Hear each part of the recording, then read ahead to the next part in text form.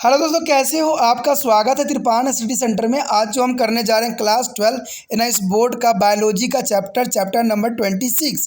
ये चैप्टर जो है conservations and use of natural resource, जो कि काफ़ी इंपॉर्टेंट है। इसमें हम रिसोर्स के बारे में जानेंगे।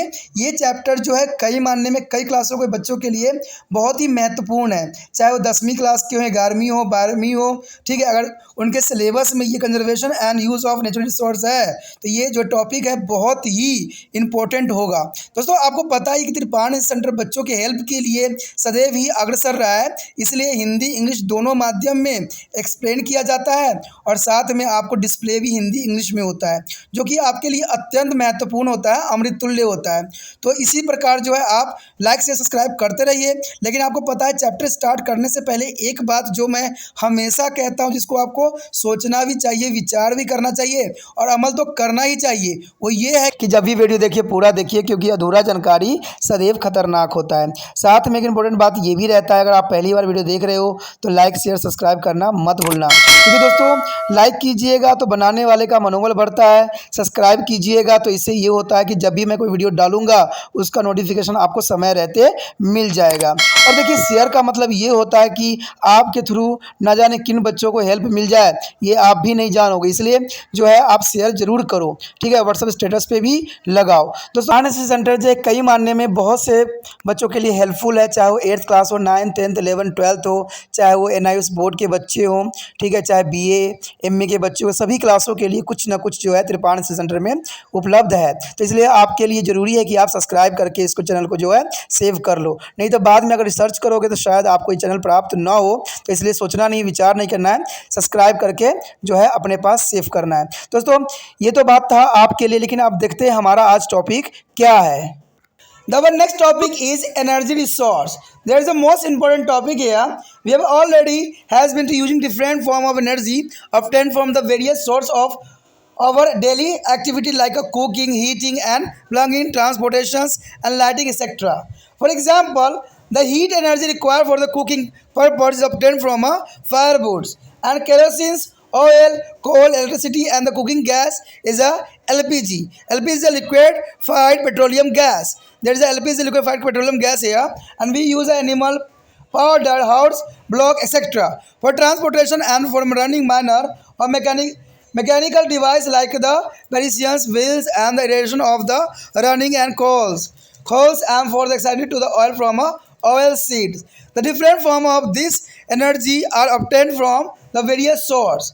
We will be discuss about them details and the first types of energy source here. The types of energy source, there are two main categories of energy source.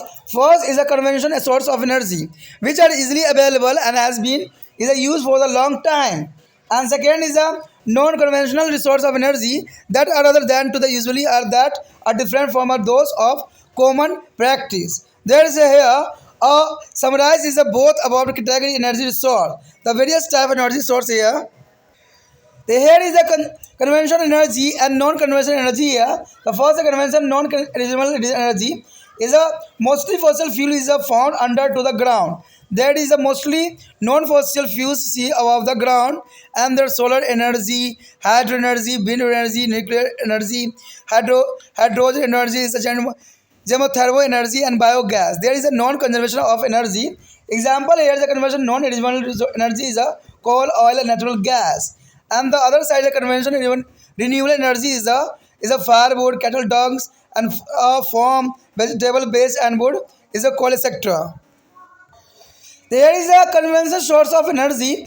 The conventional source of energy has been to the use since the same time. The most important among them are the fossil fuel. There fossil fuel here. The fossil fuels are the fossil fuels remaining of plant and animal which over million of year has been transported into the coal and petroleum product and natural gas. There is the most important is the coal. Coal is the most abundant fossil fuel. It's a widely used of combustion of the cookings and the industrial activity.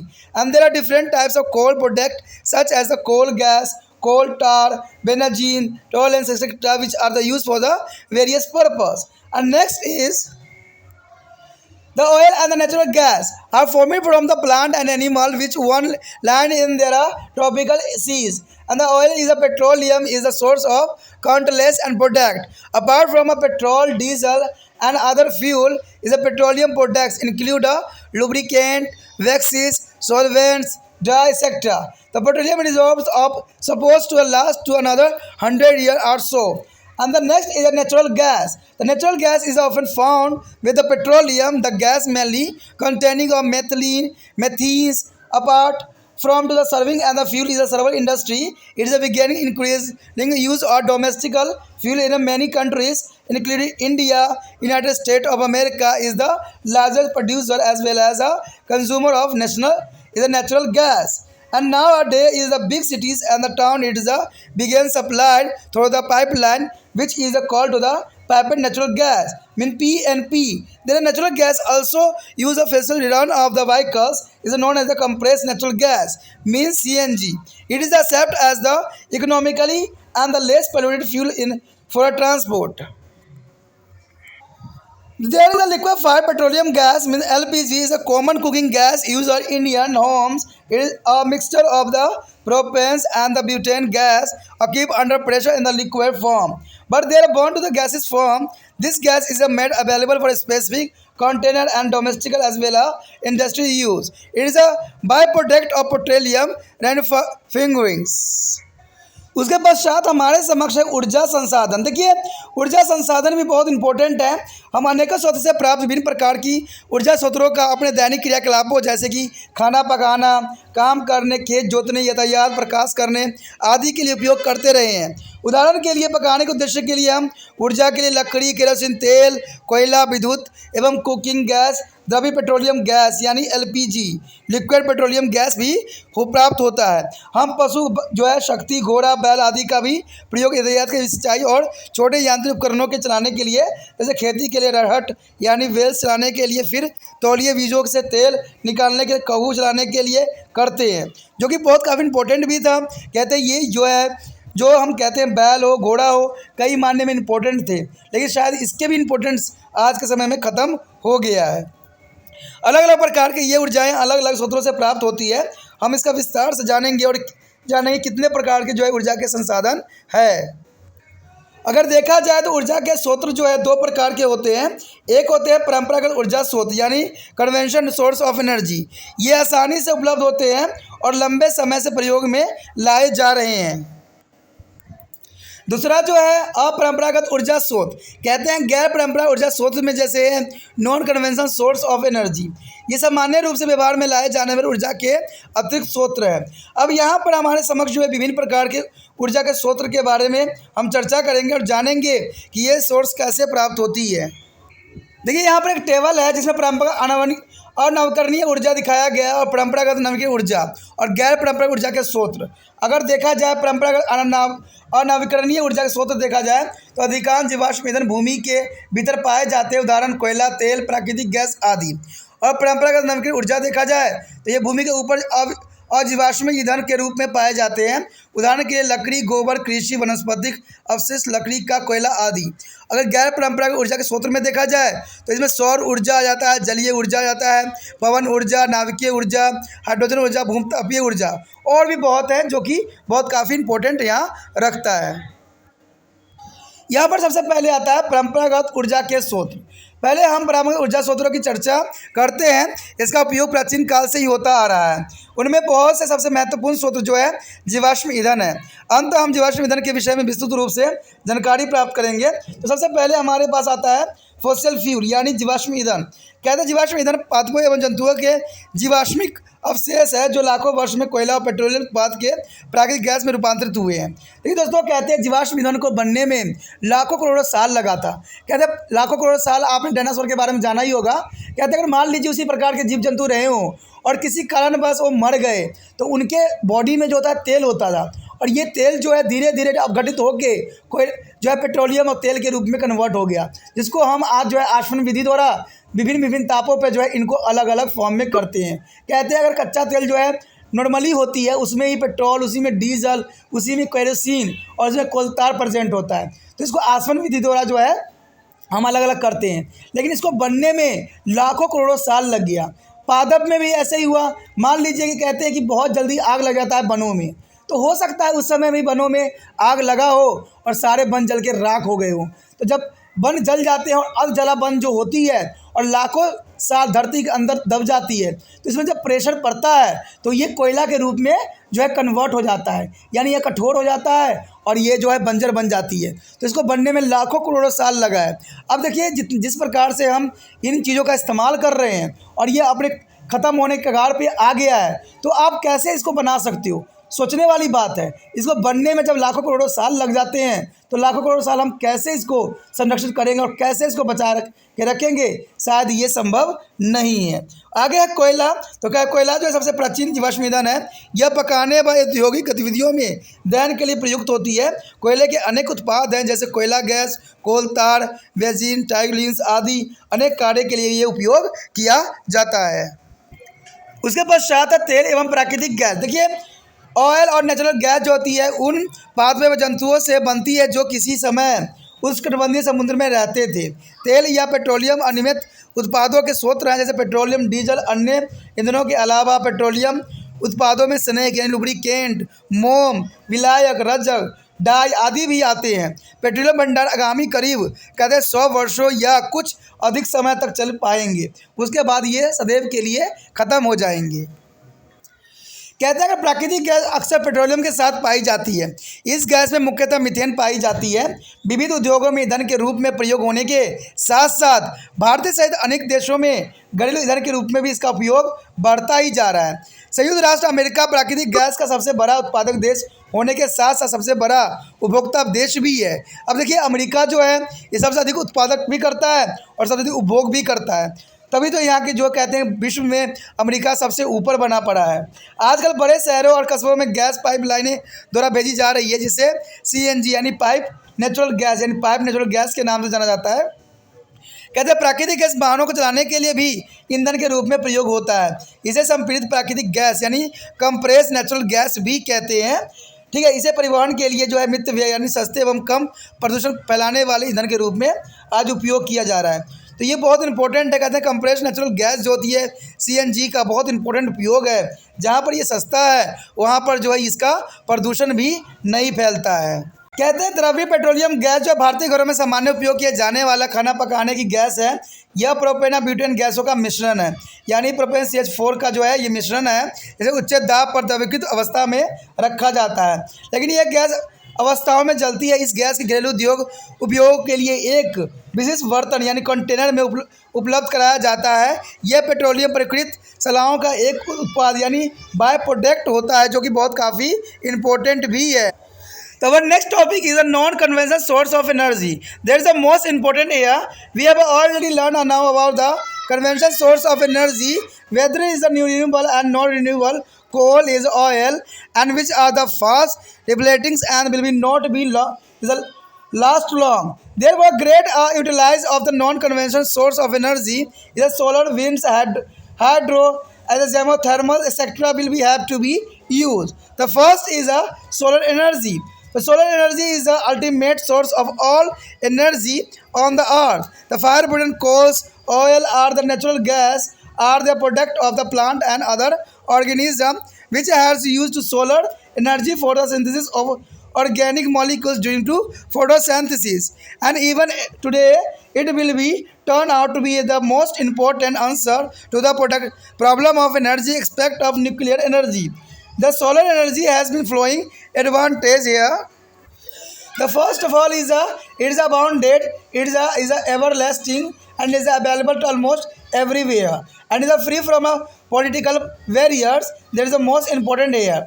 And the various technology is which is the solar energy can be and the being utilized as a flowing here. There is a solar cooker, solar hot water system, and solar is a dryers used for the dryings as a crops yards, and solar air is a heaters and the solar kilns. There is the most important technology. There is solar energy here, and there is a solar utilization and system and solar barriers here. There had also hydro energy here. The generation of the electricity by using the force of falling water is called to hydroelectricity. And the hydropower it is cheaper than to the thermal and nuclear power. For it is generation dam and the build of store waters and which are made for follow, rotate, turbines and generate electricity. The next is a wind energy. The wind energy is the most important here. Here is the wind as a energy can be utilized in our daily life by converting into the mechanical energy, and this mechanical energy is used to generate of electricity, and the rise of water from well and the rivers is the irrigations and other purpose. The windmills has to been to use of science earlier time to provide to the power for our grinding grain. It is also used for grain cutting and the share in the Indian is a large number of men as the mills are the began to the constructed on the sea, beach and hill areas. Here show the wind energy mill. There is the most important here. Here the show the is a wind mills. There is the most important. The maximum wind speed required for the operating the windmills is a 7 km per hour, and the windmill is a, can be draw of water up to the maximum depth of the 55 feet, and the output is a 4,000 to 9,000 liter of the per hours. There is the next is a tide energy. A tide energy is the one that is produced by the making the use of water movement from to the high tide to be low tide. The oceans, wave and tides can be made to turn to the turbine and there are generate the electricity.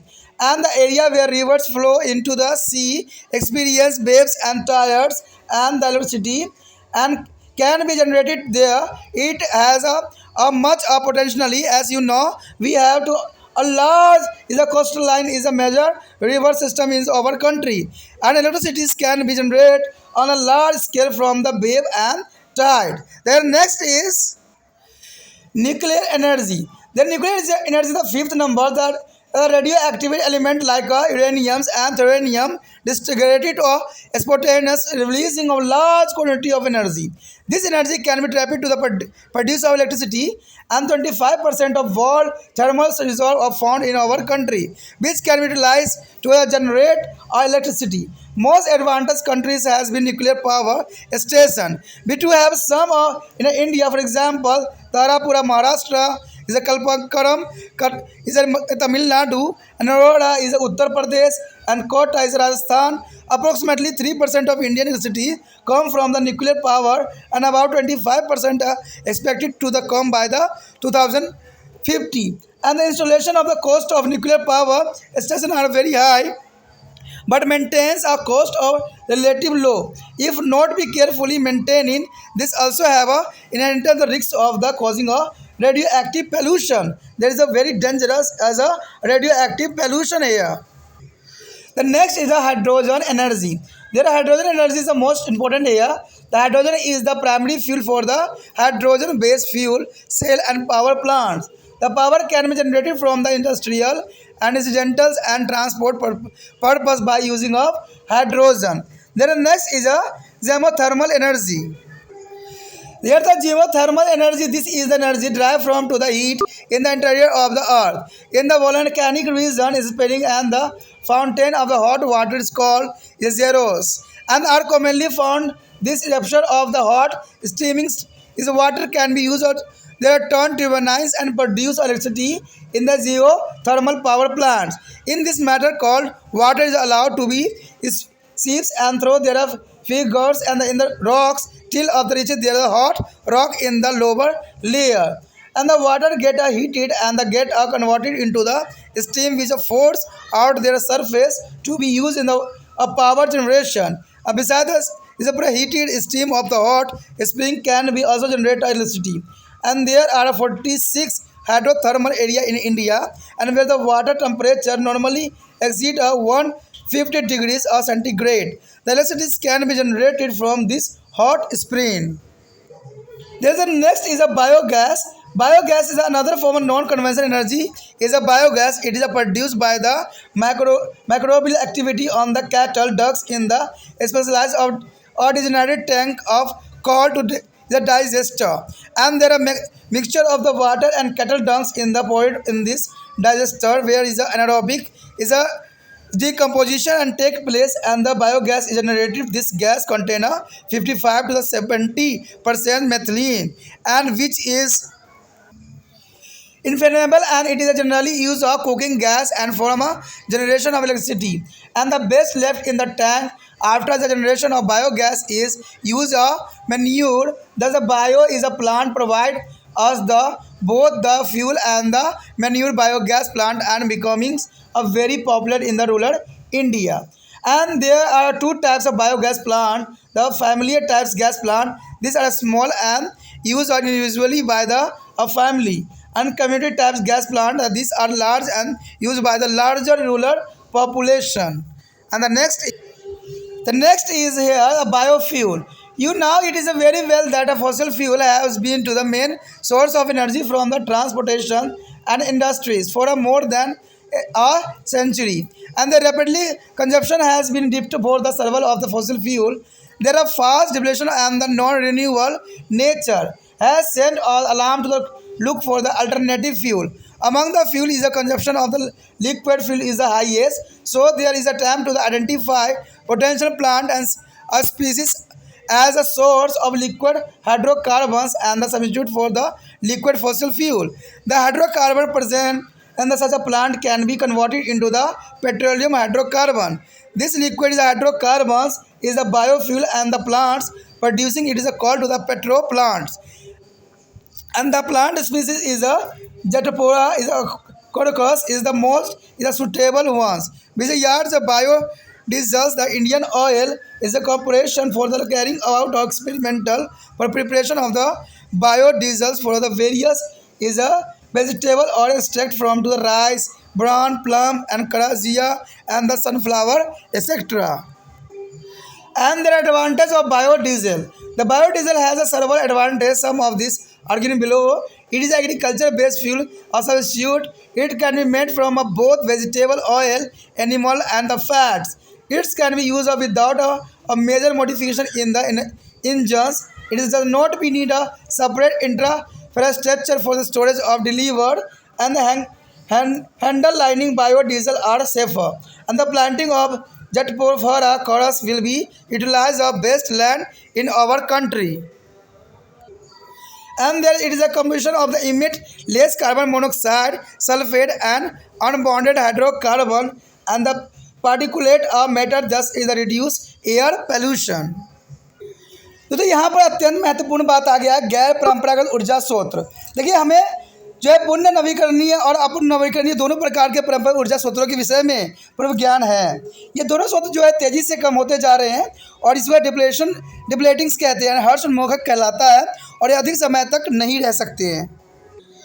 अंततः अगर देखा जाए तो गैर परंपरागत ऊर्जा स्रोत जो होते हैं सौर, पवन, जलीय, भूतापीय आदि का अधिक उपयोग किए जाने की आवश्यकता है।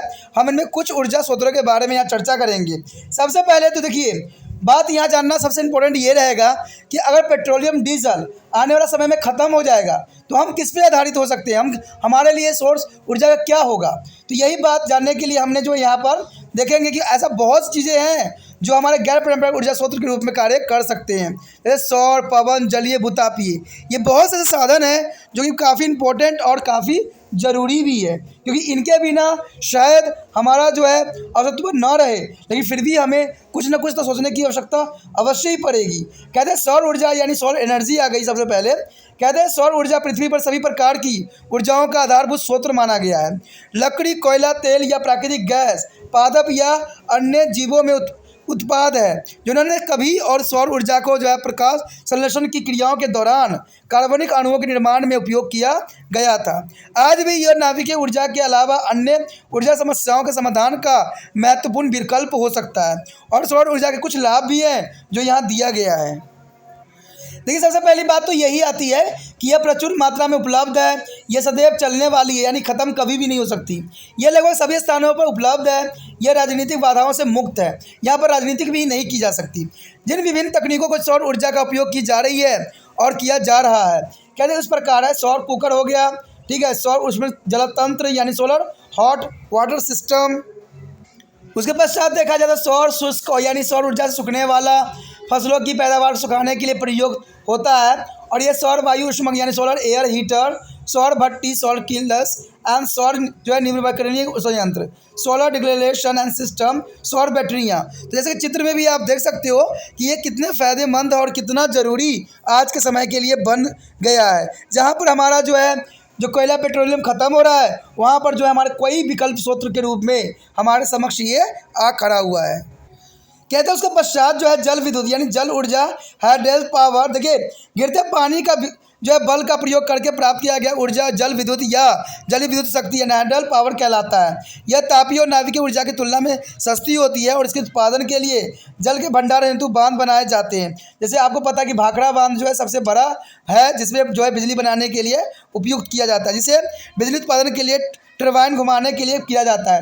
यानी टरबाइन जो होता है नीचे लगा दिया जाता है और पानी के प्रेशर जो है उसमें से गुजारी जाती है। टरबाइन जो होता है नाचने लग जाता है और ये घूमने की वजह से क्या होता है, बिजली बन जाती है। तो ये बहुत इजी तकनीक है जिससे कि हम जो है बिजली उत्पादन कर सकते हैं और ये कभी ख़त्म ना होने वाली तकनीक है। उसके बाद पश्चात जो है ऊर्जा का सबसे जो इम्पोर्टेंट साधन है वह है पवन ऊर्जा। देखिए, विंड एनर्जी जो है कई मायने में इम्पोर्टेंट है। पवन को ऊर्जा के रूप में यांत्रिक ऊर्जा में परिवर्तन करके हमारे दैनिक जीवन में प्रयोग किया जा सकता है। इस यांत्रिक ऊर्जा को विद्युत उत्पादन में, कुओं और नदियों में सिंचाई के लिए, जल निकालने के लिए उपयोग में लाया जा सकता है। कहते हैं पवन चक्कियों का प्रयोग काफ़ी पहले से ही अनाज पीसने के लिए आवश्यक शक्ति के स्रोत के रूप में किया जाता रहा है। इसे फसल कटाई व छिलक अलग करने के लिए भी, छिलका अलग करने के लिए भी इसका उपयोग किया जाता है। भारत में समुद्री तटों पर पर्वतीय क्षेत्र में पवन चक्कियों का जो निर्माण किया जा रहा है, जो कि काफ़ी इंपॉर्टेंट है। आप सोचते होंगे कि पवन चक्की होती कैसी है, तो वो डायग्राम में देख के आप समझ सकते हो कि पवन चक्की जो है बहुत ही सरल और जो है बहुत ही इम्पोर्टेंट है। यहाँ पर आपको पवन चक्की के चित्र दिख रहा होगा, ये सिंपल है। इसको सिर्फ विंड जो होती है घुमाती है और इसकी वजह से जो है मिल में जो है आटे भी पीसे जा सकते हैं और इसे बिजली भी बनाना बहुत ही सरल हो जाता है। कहते हैं अगर देखा जाए तो एक पवन चक्की को चलने के लिए न्यूनतम वायु वेग जो होता है 7 किलोमीटर घंटा होना चाहिए। एक पवन चक्की अधिकतम 18 मीटर की गहराई से पानी खींच सकती है और इसकी प्रति घंटा उत्पादन जो होता है 4000 से 9000 लीटर पानी हो सकती है, जो कि काफ़ी इम्पोर्टेंट इसका मान रखता है। उसके पश्चात हमारे समक्ष आता है ज्वारीय ऊर्जा। देखिए, टायर एनर्जी का भी इस्तेमाल किया जा सकता है और आपको पता है कि टायर जो आती है वो अमावस्या और पूर्णिमा को ही देखने को मिलता है। लेकिन ज्वारीय ऊर्जा कई मायने में इंपॉर्टेंट सिद्ध भी हो सकता है। ज्वारीय ऊर्जा वह ऊर्जा है जिसका उत्पादन दिन यानी ज्वार के दौरान पानी की गति का उपयोग करके किया जा सकता है। समुद्री लहरों व ज्वार की सहायता से एक टरबाइन को घुमाकर बिजली जो है विद्युत उत्पादन किया जा सकता है। इसमें जो टाइट उठती है तो उसमें क्या होता है, उसके समीप जो होती है टरबाइन लगा दी जाती है, जिससे बिजली उसमें से पानी गुजरेगा और जो है उससे पंखा घूमेगा और इससे बिजली बनेगी। तो ये बहुत काफ़ी इंपॉर्टेंट तकनीक है। ऐसे क्षेत्र जहाँ पर नदियाँ समुद्र में गिरती है वहाँ पर तरंगों का ज्वार भाट का निर्माण होता है और वहाँ पर विद्युत उत्पादन किया भी जा सकता है। इसमें बहुत अधिक शक्ति होती है। आप जानते हैं कि हमारे देश में लंबी तट रेखा मुख्य नदियाँ तंत्र है। अंततः यह व्यापक क्षेत्र पैमाने पर तरंगों का ज्वार भाट द्वारा विद्युत उत्पादन किया जा सकता है, जो कि बहुत काफ़ी इम्पोर्टेंट भी रहता है। उसके पश्चात है नाभिकीय ऊर्जा यानी न्यूक्लियर एनर्जी। देखिए, रेणुधर्मी तत्वों को जो है यूरेनियम और थोरियम के स्वत्र प्रदीप्त विघटन के परिणाम स्वरूप ऊर्जा की बड़ी मात्रा उत्पन्न होती है। इस ऊर्जा को जो है आवर्त करके जो है विद्युत उत्पादन किया जा सकता है। संसार का जो है 26% थोरियम भंडार हमारे देश में भी है, जो विद्युत उत्पादन में प्रयोग किया जा सकता है। अधिक विकसित देशों में नाभिकीय ऊर्जा केंद्र है। भारत में हमारे पास कुछ केंद्र है। उदाहरण के लिए तारापुर महाराष्ट्र में, कोलकमकम तमिलनाडु, नेरेरा उत्तर प्रदेश, कोटा राजस्थान आदि। भारत की विद्युत ऊर्जा का 3% भाग नाभिकीय स्रोत से ही प्राप्त होती है और कहते हैं कि 2050 तक ये 25% भाग प्राप्त किया जाने की उम्मीद किया जा सकता है, जो कि काफ़ी इंपॉर्टेंट बात भी रखता है। कहते हैं नाभिकीय ऊर्जा स्टेशन निर्माण की कीमत बहुत अधिक है, लेकिन रख रखाव पर होने वाली व्यय अवश्य कम है। यदि इन्हें सावधानीपूर्वक नहीं चलाया गया तो इसे रेणुधर्मी प्रदूषण का अन्वित खतरा भी हो सकता है। देखिए दोस्तों, कहते हैं ये बहुत उपयोगी स्रोत है विद्युत का, लेकिन सबसे विनाशकारी भी है, क्योंकि इससे अगर धर्मी प्रदूषण फैला तो कहते हैं इससे जीवन और जन की बहुत बड़ी क्षति पहुंच सकती है। उसके पश्चात है हाइड्रोजन ऊर्जा यानी हाइड्रोजन एनर्जी। क्या है, देखिए, हाइड्रोजन पर आधारित ईंधनों, सेलों व ऊर्जा संयंत्रों के लिए हाइड्रोजन प्राथमिक ईंधन होता है। हाइड्रोजन की सहायता से उद्योग, घरेलू व परिवहन उद्योग की पूर्ति के लिए शक्ति उत्पादन किया जा सकता है। तो इसमें सबसे पहली बात कहते हैं, अगर 7वां पॉइंट देखा जाए तो इसमें बताई गई भूतापीय ऊर्जा यानी जेमोथर्मो एनर्जी। देखिए यह ऊर्जा पृथ्वी के अंदर की ऊष्मा को प्राप्त की जाती है। यानी देखा जाए तो आपने देखा होगा कि कई जगह पर पानी के गर्म स्रोत होते हैं या कहीं भी जो है लावा निकल रही होती है, तो इसका उपयोग करके जो है हम एनर्जी को बना सकते हैं और बिजली उत्पादन कर सकते हैं। कहते हैं ज्वालामुखी क्षेत्रों में गर्म पानी के फव्वारे आमतौर पर पाए जाते हैं। इन्हें जो है गेजर्स कहते हैं। ये गर्म पानी के द्रव्यदान यानी टरबाइन घुमाने में काम में लाए जा सकते हैं। भूतापीय शक्ति संयंत्रों में विद्युत उत्पादन कर सकते हैं। इस विधि में चट्टानों में दरारों से ठंडे पानी के नीचे रिसने दिया जाता है। जब तक वह निमित्त गर्म चट्टानों तक नहीं पहुंच जाता है, पानी गर्म होकर जो है भाप में परिवर्तित हो जाता है, जो बलपूर्वक सतह से बाहर निकलता है और इसकी सहायता से ऊर्जा उत्पादन किया जा सकता है। अगर आपको ये बात समझ नहीं आई तो आप एक बात जान सकते हो कि जैसे आप घर में कुकर होता है, कुकर में जब हम खाना पकाते हैं तो उसमें क्या होता है, प्रेशर बनती है, और जैसे प्रेशर बनता है ऊपर की जो सीटी होती है वो नाचने लग जाती है। तो सेम यही बात बताई गई है कि अगर प्रेशर बनाया जाए तो प्रेशर से क्या होगा, टरबाइन को घुमाया जा सकता है और टरबाइन जब घूमेगी तो 100% जो है बिजली पैदा होगी। तो ये भी एक प्राकृतिक तरीका है जो कभी ख़त्म ना होने वाला तकनीक में आता है। कहते हैं भारत में जो है 40 जलीय तापीय क्षेत्र है जहाँ पर जल का तापमान सामान्यतः 150 सेंटीग्रेड से अधिक है, तो जो कि काफ़ी उपयोगी भी सिद्ध हो सकता है। आने वाले टाइम में इन गर्म स्रोतों से विद्युत उत्पादन किया जा सकता है। आगे जो है दोस्तों हमारा बायोगैस है। बायोगैस के बारे में तो आप जानते ही हो कि सौर पारंपरिक ऊर्जा का एक अन्य स्रोत जो जैव गैस है, जैसे हम यहाँ पर एम्पा चित्र या डाइजेस्टर भी कहते हैं। विशेष रूप से बनाए गए गड्ढे में पशुओं के गोबर व सूक्ष्म जैविक क्रियाओं द्वारा विशेष टंकी उत्पन्न होती है। इसमें पानी गोबर का मिश्रण बनाकर उड़ेल दिया जाता है और यह अवायवीय यानी एनारोबिक विघटन होता है और बायोगैस बनती है। देखिए साधारण वर्डों में देखा जाए तो जैसे काउ डंक हो गया, ठीक है, और मल मूत्र होती है, उसको एक गड्ढे में आप क्या कीजिए, बंद कर दीजिए टाइटली, जो कि एनारोबिक कंडीशन को जो है फॉलो करे। अगर एनारोबिक कंडीशन वहाँ फॉलो होगा तो कुछ समय के बाद जो है बैक्टीरिया ग्रोथ करके उसमें से गैस निकालेगा, जिस गैस को हम मीथेन गैस के नाम से जानेंगे। और ये मीथेन गैस जो होती है भोजन पकाने के लिए एक आदर्श गैस के रूप में बन सकती है। जो ये गैस जो है कहीं भी बनाई जा सकती है, इसमें कोई किसी प्रकार का जो है पैसे खर्च नहीं होंगे।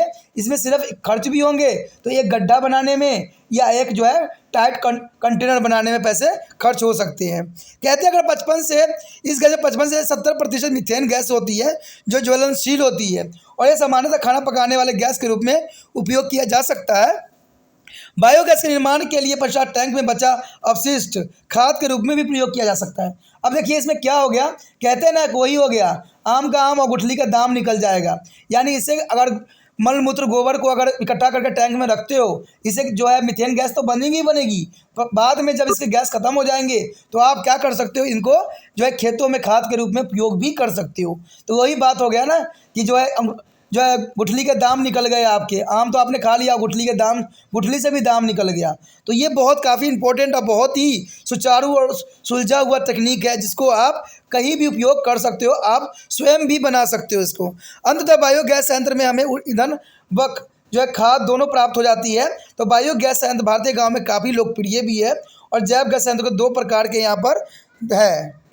इसमें पहला तो यह है कि परिवार में काम आने वाले जो है गैस संयंत्र ये प्रकार आकार में छोटे होते हैं और एक परिवार द्वारा व्यक्तिगत स्तर पर प्रयुक्त भी होते हैं। दूसरा होता है समुदाय प्रकार के गैस संयंत्र, ये बड़े होते हैं व अधिक ग्रामीण आबादी द्वारा जो है प्रयोग में लाए जाते हैं। अगला जो हमारा है दोस्तों बायो ईंधन यानी बायोफ्यूल। आप अच्छी तरह से जानते हैं कि जीवाश्म ईंधन से एक शताब्दी से अधिक समय तक परिवहन एवं उद्योग में ऊर्जा के मुख्य स्रोत रहे हैं। उनके इस तीव्र गति से उपयोग से परिणाम स्वरूप जीवाश्म ईंधन के भंडार कम होते गए हैं। इनकी तीव्र क्षरण और जब पुनः नवीकरणीय प्राकृतिक ने वैकल्पिक ऊर्जा स्रोतों के लिए प्रयोग किए जाने की दिशा में कदम बढ़ाए जाने के संकेत दे चुके हैं।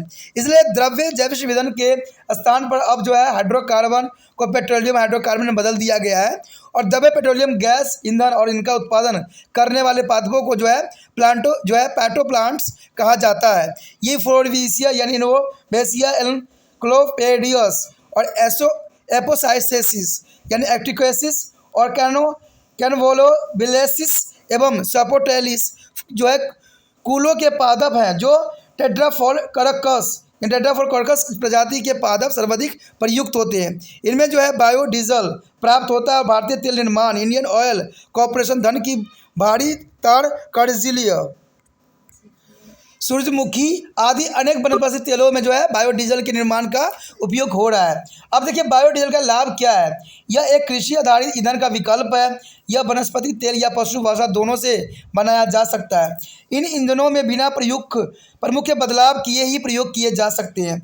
इसके संग्रह और वितरण के लिए पृथक संरचनात्मक ढांचे की आवश्यकता नहीं होती है। बायोडीजल का व्यवहार अधिक सुरक्षित भी रहती है। और देखा जाए तो इसका दहन के परिणाम स्वरूप जो है कार्बन मोनोऑक्साइड, सल्फेट वगैरह जो है जल, हाइड्रोकार्बन व कण पदार्थों का जो है उत्सर्जन कम होगा। इस प्रकार वायु प्रदूषण भी कम होगा।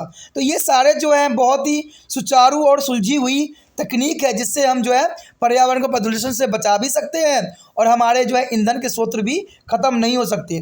तो ये काफ़ी इंपॉर्टेंट है। लेकिन कहते हैं ये इंपॉर्टेंट तो है लेकिन ये कई जगहों पर उपयोग नहीं किए जा रहे हैं, जो कि बहुत ही चिंता का विषय है। इसको उपयोग करना चाहिए और सरकार को इसको उपयोग करने के लिए प्रोत्साहित करना चाहिए। कहते हैं ये संयंत्र इतने महंगे भी हैं जो लोगों के लिए जो है खरीदना संभव नहीं है।